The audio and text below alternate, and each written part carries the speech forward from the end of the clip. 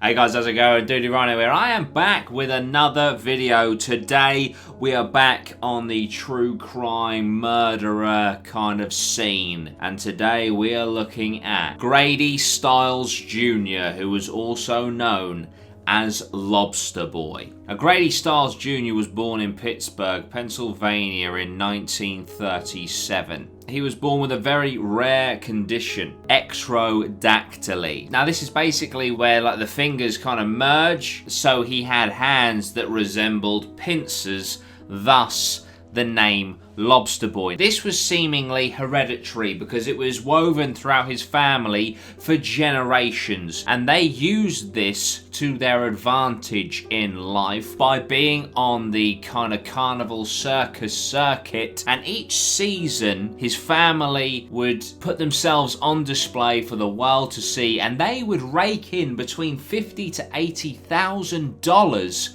per season. And they didn't even have to do silly things like an elephant balancing on a yoga ball or anything like that. They simply had to sit there and be observed. So literally just be looked at for 50 to 80 G's a year. As I said, it was hereditary, it ran through the family. His father was the exact same, and Grady Stiles Jr. was very quickly in his early life thrown into this life without any choice of his own, and he was very quickly dubbed Lobster Boy. Now, what was interesting about Grady Stiles Jr. was that he also had the condition in his feet, which meant he couldn't walk, so he was wheelchair bound. However, he used to use his upper body strength to get around, to pull himself around, which meant that he developed incredible upper body strength from a very, very young age, something that would come into play later on in life when it came to his horrific, abusive mentality. Now, whilst he was working on the carnival circuit, he met his soon-to-be wife, someone without any deformities or anything like that, but she just worked at the carnival as staff. This was Mary Teresa. She ran away to join the carnival at the age of 19 because she felt like she never really fit in anywhere, and so where better to fit in than with a group of misfits was her thought process behind running away with the carnival. Once she saw Grady Stiles Jr., she almost instantly fell in love. She saw the man behind the deformities, and they had children together and got married. Two of the children inherited the ectrodactyly. So of course he did what his father did before him and put those children instantly into the Grady Stiles family show, and they began the same life as he did. However, as Grady got older, he turned to drinking, and this unlocked a very violent and malevolent part of Grady Stiles Jr.'s psyche. He was an incredibly unpleasant person to be around after he had been drinking. When drunk, he would beat his wife and his children, sometimes for absolutely no reason whatsoever. Now, on one night, something rather unspeakable happened. When Grady was beating his wife, he pinned her down. This is very hard to describe, but he put his hands inside of her vagina and pulled out the contraceptive that she was on at the time. Grady absolutely violated his wife that night in unspeakable ways. She divorced him very quickly after this, understandably, and Grady actually went on to marry again. That didn't last too long either. She also divorced him. But Grady had a daughter that wasn't subject to the deformities of his family heritage, and so she lived a relatively normal life, and she fell in love with a man, and Grady Stiles Jr. did not give his blessings to this relationship whatsoever, but they were set to be married anyway. Now, not much is known about the intricate details as to how this came about, but on the night before the wedding, before his daughter was due to be wed to a man that he despised, he either went round to the husband-to-be's place or invited him round to his place in the disguise of giving his blessing at last to marry his daughter. But one thing is for sure, the husband-to-be was shot dead with a shotgun by Grady Jr.'s hand. Now this of course went to trial and Lobster Boy was set free, which is unbelievable considering he showed no remorse and he admitted freely to killing this man. However, how he got away with murder was that basically his defense lawyers played on the fact that he was heavily disabled.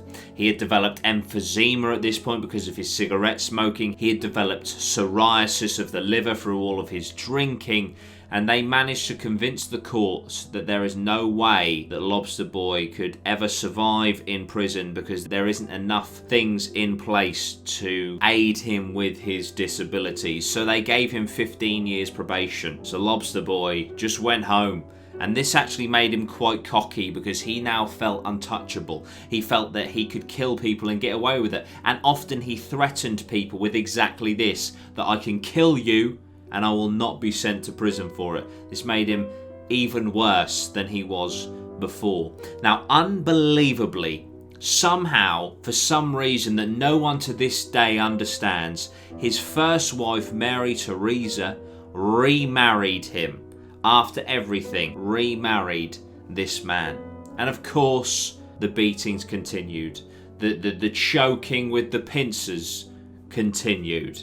Lobster Boy continued to drink heavily and was just a nasty, nasty piece of work. All until 1992 when Mary decided enough was enough and offered to pay the neighbour $1,500 to kill Grady in cold blood. The neighbour agreed to this.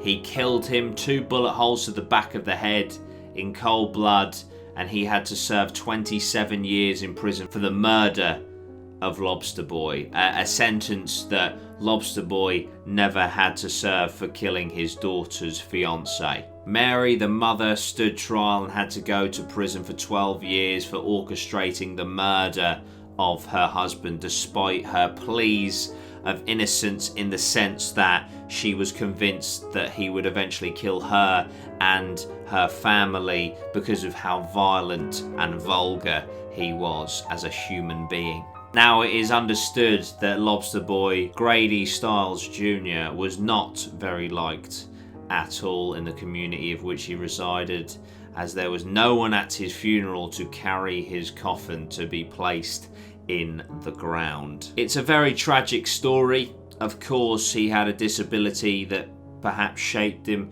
in the way that he became. Perhaps he felt looked down on in society, but he certainly profited from the situation. But nothing in this world excuses or justifies the way that he treated his wife and his family, and ultimately had the justice system have thrown him in jail for killing his daughter's fiancé, the mother wouldn't have had to go to the lengths that she did to have him killed. But at the same time, she did remarry him after everything that had happened. But it's just a tragic tale. It really is. What do you guys think about this story? It's certainly an intriguing one. This one was suggested to me by one of you guys. If you have any suggestions for content you'd like to see me cover, please don't hesitate to put it down below. That is it for me today, guys. I'd love to hear your comments down below. Thank you so much. Like, share, and subscribe. I also have a brand new podcast, the Allegedly Possibly Maybe podcast. Go search that up on Spotify, Amazon, and Apple Podcasts, as well as its dedicated YouTube channel. We do episodes every single week, Sunday, 4 p.m. That's it, guys. Thank you so much. I'll see you very soon. Sweet one, geese.